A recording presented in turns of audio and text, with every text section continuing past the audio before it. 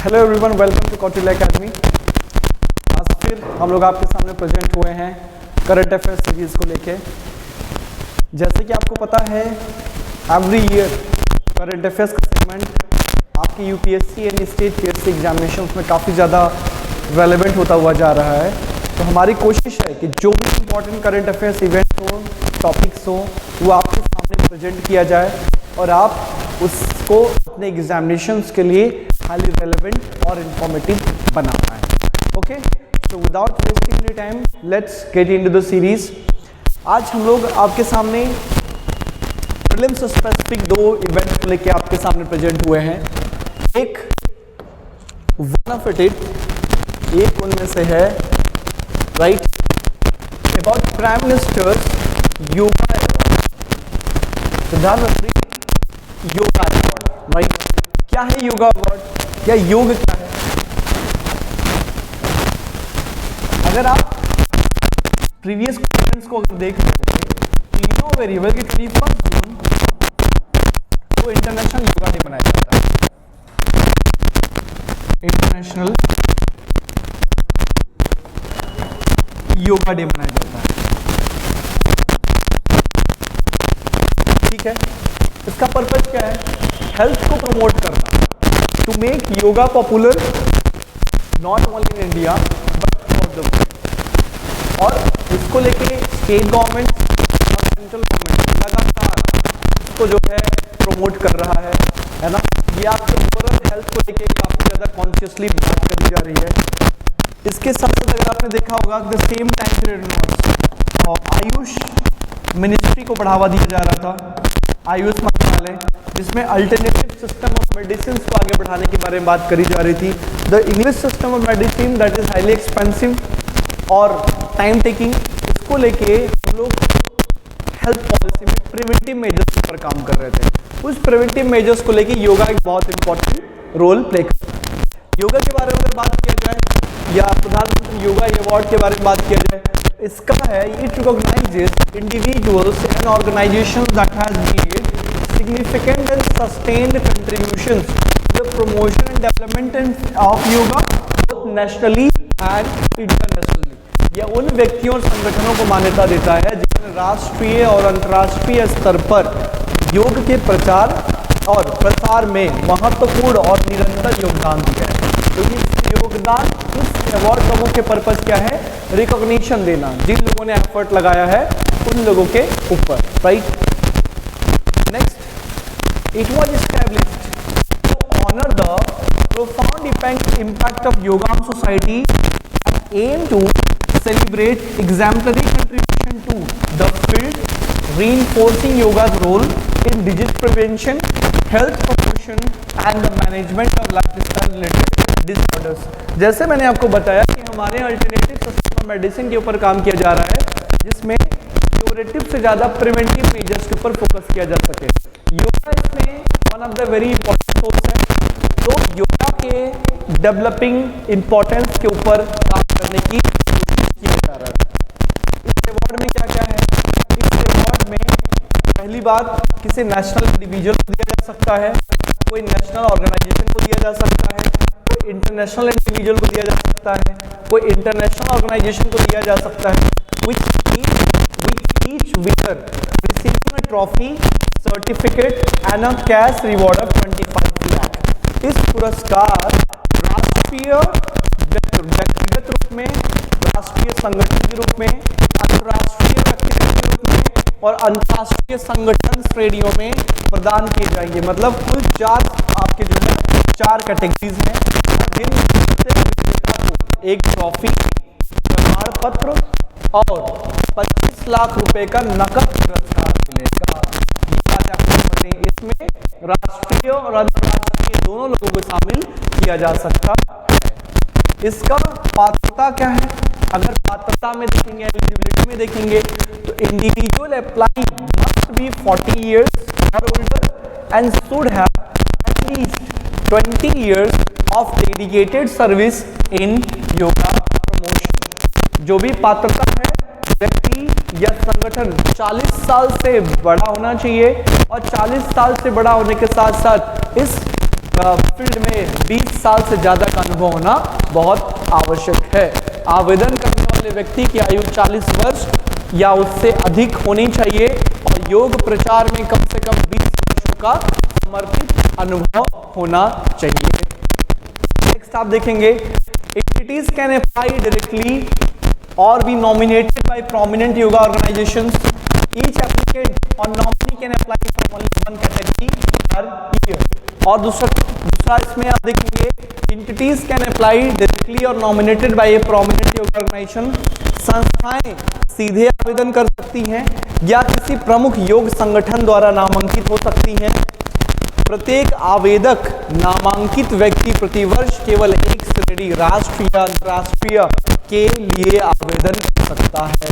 तो ये important points आपको याद करके रखना है, क्योंकि आपके प्रीलिम्स वाले क्वेश्चंस में ऐसे स्टेटमेंट दिए जाते हैं कि which one of the consider the following statement, और 4 स्टेटमेंट आपको इसके एलिजिबिलिटी से रिलेटेड, इसके अवार्ड के नेचर से रिलेटेड बातें पूछी जा सकती हैं and you need to be aware about it.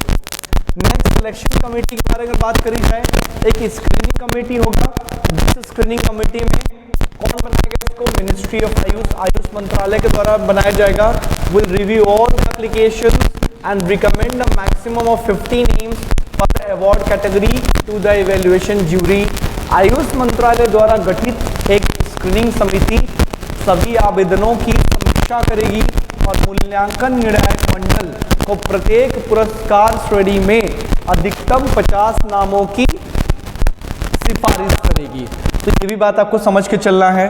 तो ज्यूरी में कौन कौन होगा, ज्यूरी में एमिनेंट पर्सनालिटीज होंगे अलग अलग फील्ड के and will be the apex decision making body. जो भी ज्यूरी डिसीजन लेगा वो डिसीजन को माना जाएगा।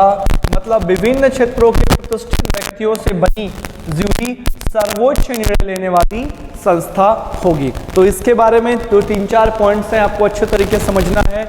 योगा का क्या महत्व है ना, योगा का क्या महत्व है, इसका रिलेशन आयुष मंत्रालय से कैसे है, इसका आयुष मंत्रालय से कैसा महत्व है, राइट, ठीक। और इनके 4 श्रेणियों के बारे में आपको अच्छे तरीके से बातें समझनी है। ओके, नेक्स्ट इंपॉर्टेंट टॉपिक में चलते हैं, एक्सरसाइज कोमोडो। एक्सरसाइज कोमोडो क्या है, अगर आप देख रहे होंगे इस पिक्चर में आपको दिख रहा होगा, right, 5th multilateral naval exercise Komodo 2025 maritime partnership for peace and right peace and that is the tranquillity of a nation ना, बाली, यूएस ना, ये सारी चीजें आपके यहाँ पे बनी हुई हैं। अगर इसको देखेंगे तो इसका मेन मकसद क्या है, इसका कॉन्टेक्स्ट क्या है, संदर्भ क्या है। अभी रिसेंटली इंडियन नेवी ने platforms INS Shardul and long range maritime services P-81 aircraft are in Bali, Indonesia to participate in the international fleet review 2025 and also an exercise Komodo.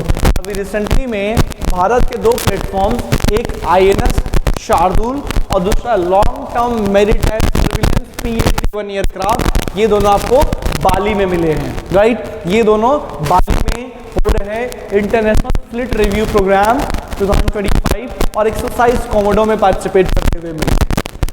अगर एक्सरसाइज कोमोडो के बारे में बात करेंगे तो एक्सरसाइज कोमोडो 2014 में launch किया गया था।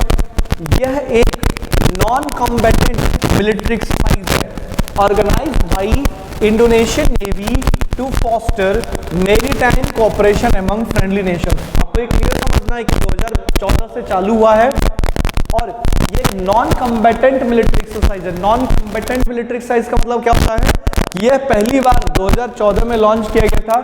ये इंडोनेशियाई नौसेना द्वारा मित्र देशों के बीच समुद्री सहयोग को बढ़ावा देने के लिए आयोजित एक गैर लड़ाकू अभ्यास है।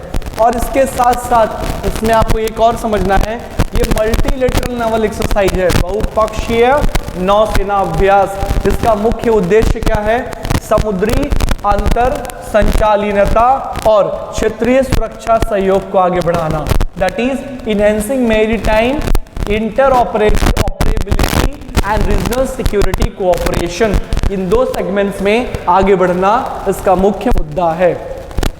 दिस ईयर, अभी जो 2025 चला, इसको ये नया थीम भी दिया गया है, maritime partnership for peace and stability, शांति और स्थिरता के लिए समुद्री साझेदारी। आप लगातार देख रहे हैं जिस तरीके से मैरीटाइम ट्रेड बढ़ता हुआ जा रहा है, ग्लोबलाइजेशन का रूप और बदलता हुआ जा रहा है, कस्टमाइज होता हुआ जा रहा है, इसमें मैरीटाइम सिक्योरिटी एक बहुत बड़ा चैलेंज भी बन रहा है। तो मैरीटाइम ट्रेड, मैरीटाइम इंटरऑपरेबिलिटी को अच्छे तरीके से सस्टेन करने के लिए इस टाइप के ऑपरेशंस आपके लिए काफी ज्यादा महत्वपूर्ण है। इस एक्सरसाइज के बारे में बात करेंगे तो this is 5th edition of the biennial event and begin with a fleet review where the participating nations showcase their naval capabilities including warships, helicopters and aircraft। ये 2 साल में एक बार होता है और ये 5वां संस्करण था। इस 5वां संस्करण का शुरुआत आप अगर देखेंगे तो ये इट हैपेंस, ठीक है। ये शुरुआत कैसे होगा? ये शुरुआत एक्चुअली में होता है पहले समीक्षा से। यह अभ्यास द्विवर्षीय आयोजन का 5वां संस्करण है और इसकी शुरुआत बेड़े की समीक्षा के साथ हुई, जहां भाग लेने वाले देशों ने युद्धपोतों, हेलीकॉप्टरों और विमानों सहित अपनी नौसेना क्षमताओं का प्रदर्शन किया। अगर इसमें देखेंगे तो this year's drill includes various naval exercises alongside an officers exchange forum, bilateral meetings between naval forces, and international maritime security symposium, a defense exhibition and cultural parades। कई सारी चीजें हैं। इस वर्ष के अभ्यास में अधिकतम विनिमय मंच के साथ साथ विभिन्न नौसेना अभ्यास, नौसेना बलों के बीच द्विपक्षीय बैठक, एक अंतर्राष्ट्रीय समुद्री सुरक्षा संगोष्ठी, एक रक्षा प्रदर्शनी और सांस्कृतिक परेड शामिल है। तो ये सब ऑपरेशन है जो उसके अंतर्गत आती है, जो आपको ध्यान रखना है। And it involve 39 countries featured, 34 foreign and 18 Indonesian navy warships. आपको ये मामला अच्छे तरीके से समझना होगा, ये सारे फैक्ट्स। अगर आप इंडोनेशिया के बारे में बात करेंगे, इंडोनेशिया, तो इंडोनेशिया को लेके 2 जगह को विशेष कर ध्यान देना है। Indonesia specially the region of the Pacific, और या फिर उसके ऊपर आप देखेंगे South China Sea, South China Sea, ये रीजन आपको क्लियर होना चाहिए। साउथ चाइना सी में इंडोनेशिया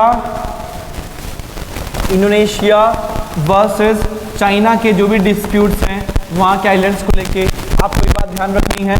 और इतना बस नहीं, आपको ये ध्यान देना है कि ये एरिया किस तरीके से एक एमर्जिंग बीजी ट्रेड रूट है, एक एमर्जिंग बीजी ट्रेड रूट है, ठीक है। और not only emerging busy trade route के साथ साथ यहाँ कई सारे मैरीटाइम चैलेंजेस भी समय के साथ उभर रहे हैं। मैरीटाइम चैलेंजेस भी आपके पास उभर रहे हैं। इन सारे एस्पेक्ट्स पे बात करना भी आपके लिए जरूरी है, क्योंकि ये आर्टिकल प्रीलिम्स से स्पेसिफिक है, तो हम लोगों ने आपको प्रीलिम्स से स्पेसिफिक जो भी चीज़ हो सकती हैं उसके बारे में बताया। इन डेवलपमेंट्स के ऊपर आप विशेष नज़र बनाए रखिए ताकि आप इस मुद्दे को समझ के अपने प्रीलिम्स और मेंस से स्पेसिफिक आंसर फ्रेमिंग में इसको और गहराई तक समझ पाए। ओके, तो आज इतना ही, फिर दोबारा से नेक्स्ट डे हम फिर आपके सामने ऐसे ही रेलेवेंट और मेंस के करंट अफेयर्स के टॉपिक लेके प्रेजेंट होंगे। तब तक के लिए thanks for watching and okay, meet you next day. Bye bye.